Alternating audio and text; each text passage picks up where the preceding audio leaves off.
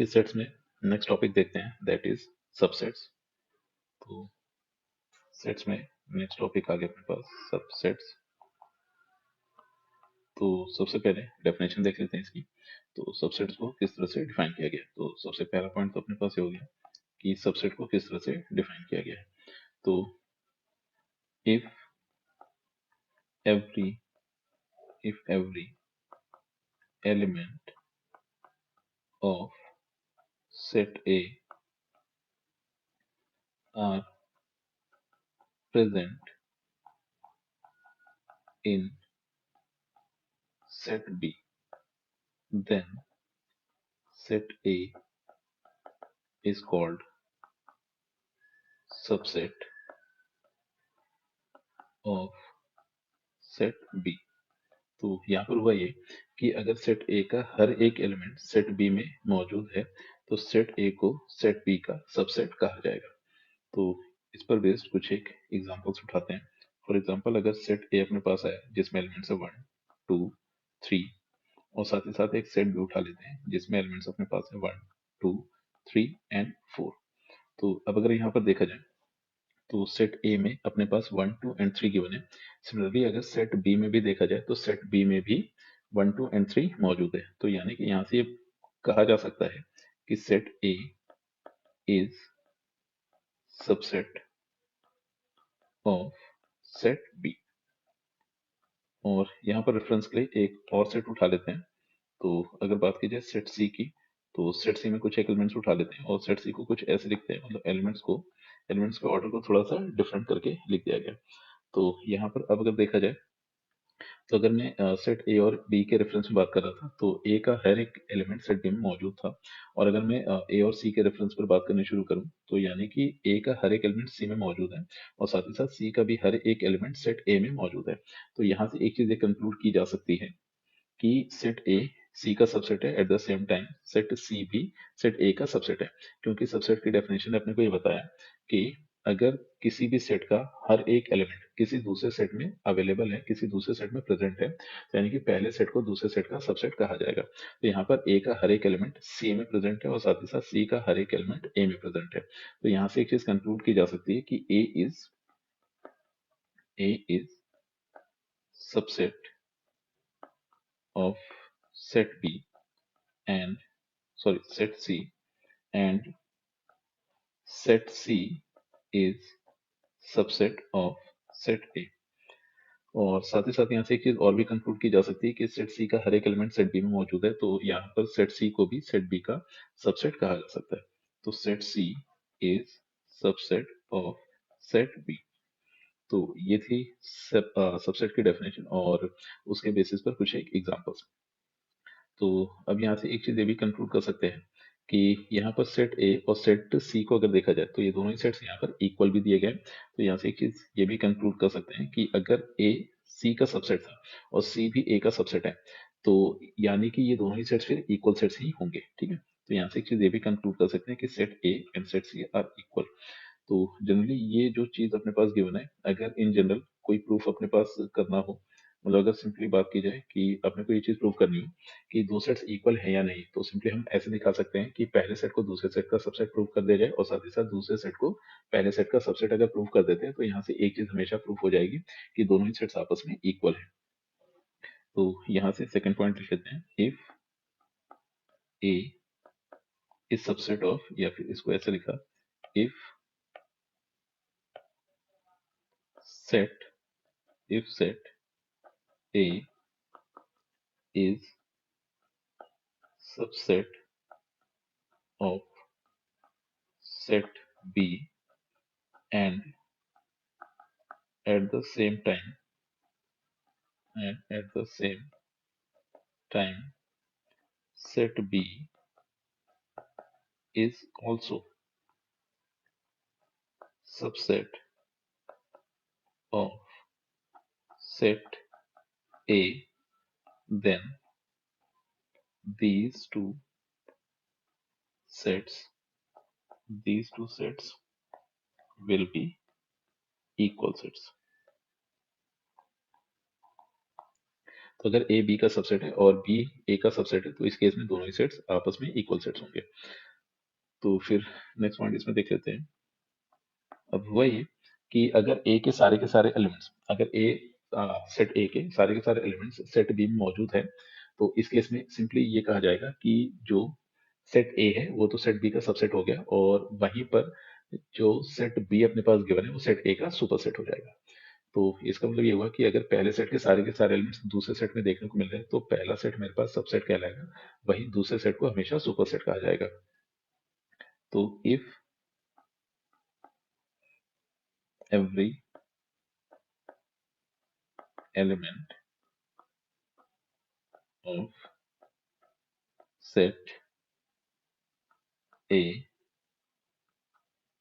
is contained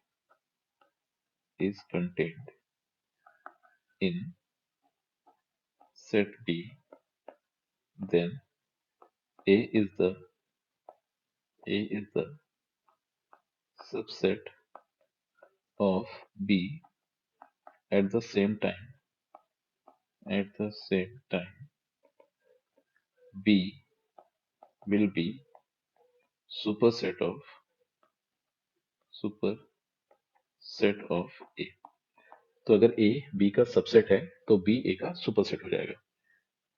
तो अब अगर यहाँ पर जो इक्वालिटी वाली चीज होल्ड कर रही थी, मतलब कि अगर मैं ये जो पिछला एग्जांपल मेरे पास गिवन था सेट ए और सी को देखा जाए तो वहां पर हो ही रहा था कि सेट ए में एलिमेंट्स अपने पास थे 1 2 एंड 3, वहीं पर जो सेट सी अपने पास गिवन था इसमें एलिमेंट्स के बस ऑर्डर को पलट कर लिख दिया गया था, और सेट सी के एलिमेंट्स अपने पास 2 1 3 इसको इस तरह से लिख दिया गया। तो अब अगर यहाँ पर देखा जाए तो ए सी का सबसेट भी है, और साथ ही साथ मतलब ए के सारे एलिमेंट सी में कंटेंड है एंड सी के सारे एलिमेंट्स ए में कंटेंड है, तो यहाँ से ये कह सकते हैं कि ए सी का सबसेट है और साथ ही साथ ए सी का सुपरसेट भी हो गया, क्योंकि सी के भी सारे एलिमेंट सेट ए में कंटेंड है। तो यानी कि यहाँ से एक चीज कंक्लूड की जा सकती है कि ए सी का सबसेट एंड सुपरसेट दोनों है, साथ ही साथ सी भी सेट ए का सबसेट एंड सुपरसेट दोनों है। तो ऐसा सिर्फ और सिर्फ उस केस में देखने को मिलेगा जब दो सेट्स अपने पास इक्वल सेट्स गिवन होंगे। तो यहां से कह सकते हैं कि A is subset and superset of C and vice versa. यानी कि A C का सबसेट एंड सुपरसेट दोनों है, at the same time C भी A का सबसेट एंड सुपरसेट दोनों है, और ऐसा सिर्फ और सिर्फ उस केस में देखने को मिलेगा जब दो सेट्स अपने पास इक्वल सेट्स दिए गए होंगे। It is possible it is possible if and only if, तो ये जो सिंबल यूज किया गया है वो इफ एंड ओनली इफ के कॉन्टेक्स्ट में यूज किया जाता है। तो it is possible if and only if given sets are equal, given sets are equal sets. तो ये था अपने पास सबसेट और उस पर बेस्ड कुछ एक एग्जांपल्स और साथ ही साथ सुपरसेट। अब अगर मैथमेटिकली बात की जाए तो ये जो अपने पास सबसेट टाइप की चीज दी गई है तो इसका सिंबॉलिक रिप्रेजेंटेशन क्या देखने को मिल रहा होगा। तो नेक्स्ट पॉइंट अपने पास आ गया है इसका सिंबॉलिक रिप्रेजेंटेशन ऑफ सबसेट्स। तो सिंबॉलिक रिप्रेजेंटेशन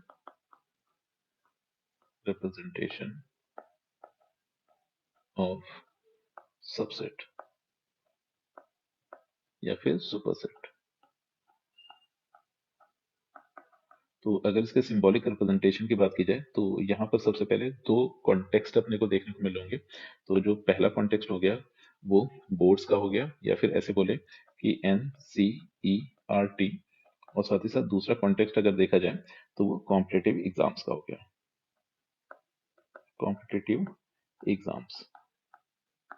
तो अब यहाँ पर दो अलग अलग कॉन्टेक्स्ट यूज किए जाएंगे सबसेट्स के लिए। तो अगर एनसीईआरटी के पर्सपेक्टिव से देखा जाए तो सबसेट किस मैथमेटिकल सिंबल के द्वारा रिप्रेजेंट किया जाएगा, वहीं पर अगर किसी भी कॉम्पिटिटिव एग्जाम्स की बात की जाए तो वो किस मैथमेटिकल सिंबल के द्वारा रिप्रेजेंट किया जाएगा। तो इस चीज को सबसे पहले देखते हैं और साथ ही साथ इसके डिफरेंस को समझते हैं।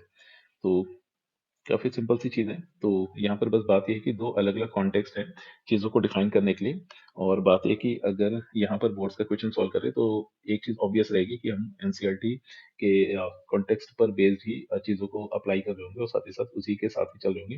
वहीं पर अगर कॉम्पिटिटिव एग्जाम्स की बात कर रहे हैं तो वहाँ पर जो भी कॉन्टेक्स्ट यूज़ किया जाएगा उसको क्लियरली क्वेश्चन में हमेशा मेंशन किया जाएगा। तो पहली चीज़ तो ये है कि यहाँ पर किसी प्रकार का कन्फ्यूजन होगा नहीं अगर हम बोर्ड्स के क्वेश्चन सॉल्व कर रहे हैं तो एनसीईआरटी वाले कॉन्टेक्स्ट को फॉलो कर रहे होंगे। वहीं अगर हम कॉम्पिटिटिव एग्जाम्स के क्वेश्चंस को सॉल्व कर रहे हैं तो वहाँ पर कॉन्टेक्स्ट को पहले से ही डिफाइन करके दे दिया जाएगा, तो वहाँ पर किसी प्रकार के इशू देखने को नहीं मिल रहे हैं। तो सबसे पहले देखते हैं कि एनसीईआरटी किस सिंबल को यूज करता है। तो यहाँ पर सबसे पहले तो subset and super proper subset वाली बात आ गई। तो सबसेट एंड प्रॉपर सबसेट की बात आ गई।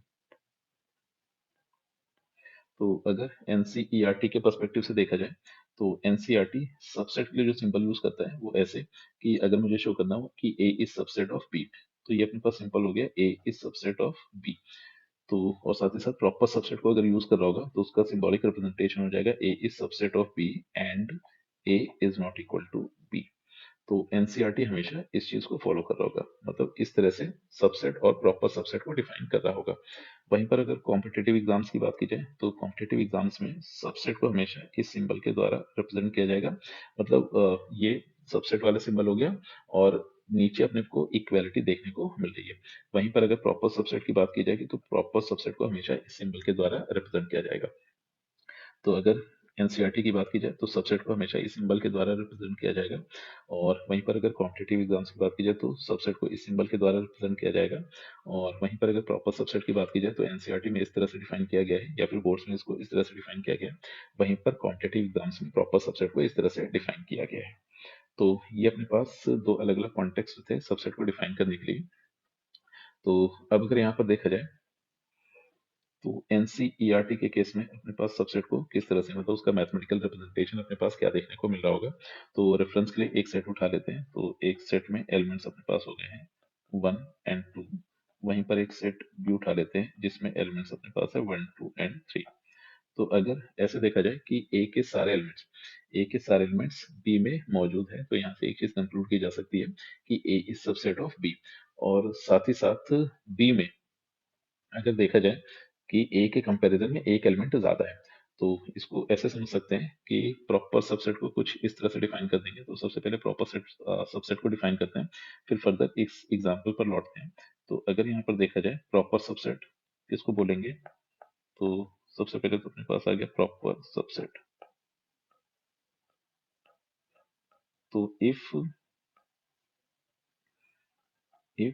There exist if there exist at least one element that is not present,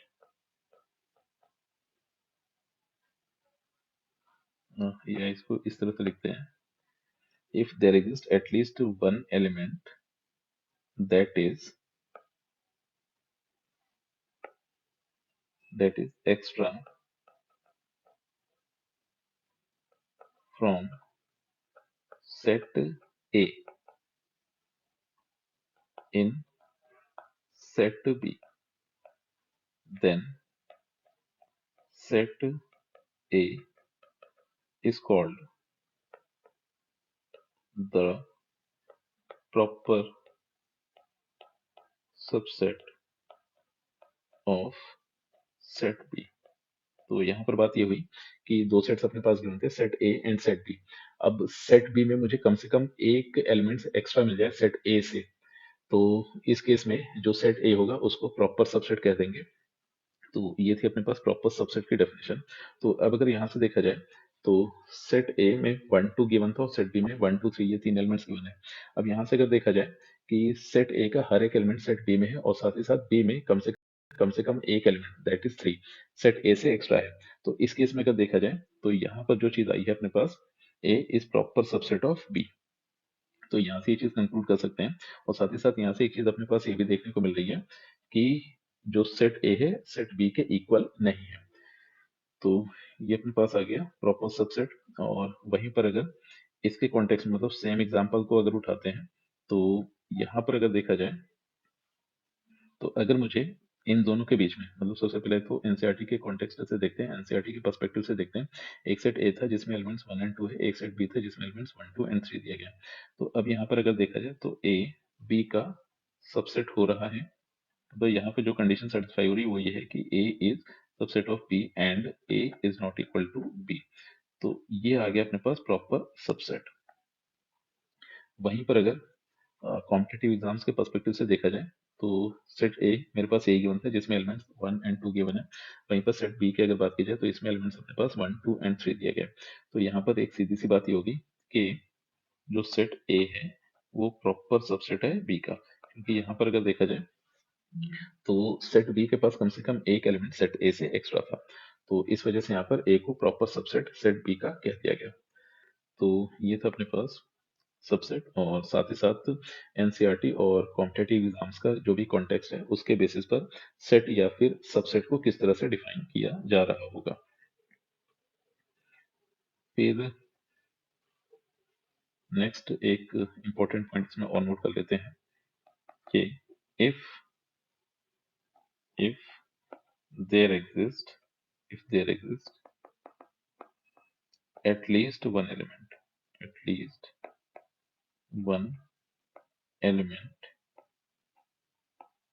in set A which is not present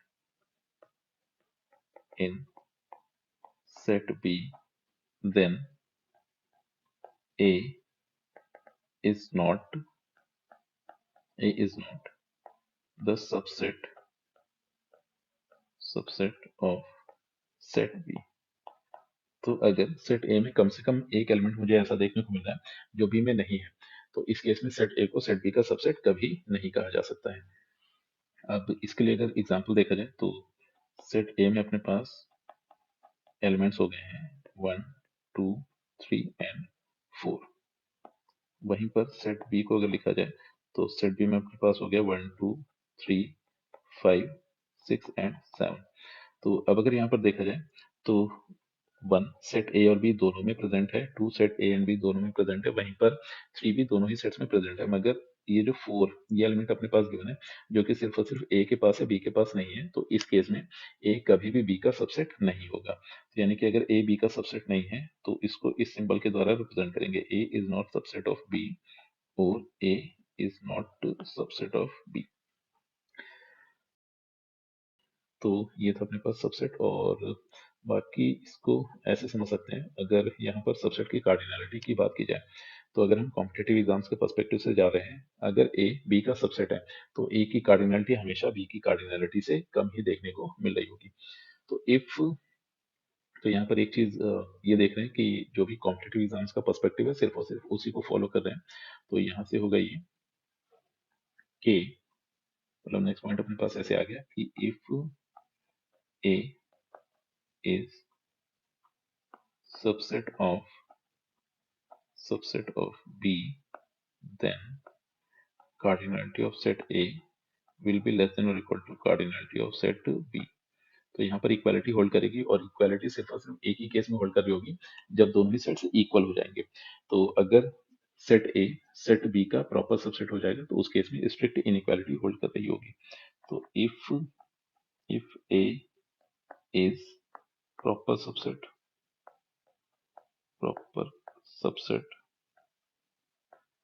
of B, then cardinality of set A will be less than cardinality of set B। और next point अपने पास ऐसे आ गया कि अगर A B का subset है तो B ए का सुपरसेट ही होगा। तो इसको ऐसे लिखा जा सकता है कि if A is subset of B, then B is superset of A. If or either A is subset of B, then B is superset of A, or A is proper subset of B, then B is proper superset of A. तो ये था अपने पास subset and superset and उसके basis पर कुछ एक examples, साथ ही साथ difference between two different perspectives of NCERT and competitive exams.